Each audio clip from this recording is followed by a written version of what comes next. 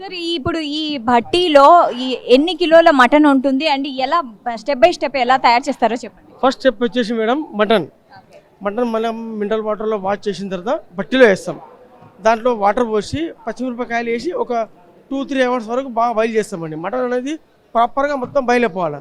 దాని తర్వాత ginger garlic paste తర్వాత మనకి ఇప్పుడు స్పైసెస్ ఉంటాయండి. ఏదైతే మనం డిస్ప్లే ఇప్పుడు చూపించామో అవన్నీ స్పైసెస్ ఇలా యాడ్ చేస్తాం. స్పైసెస్ యాడ్ చేసిన తర్వాత రవ్వ ఉంటుందండి.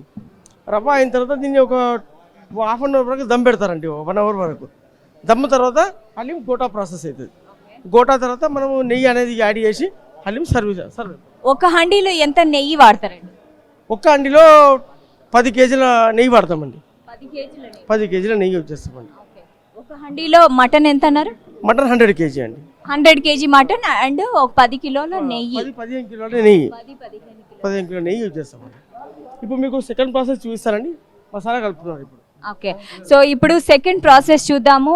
ఇందులో అంటే ఈ హండీలో మసాలాలు కలపబోయేదే సెకండ్ ప్రాసెస్ అన్నమాట.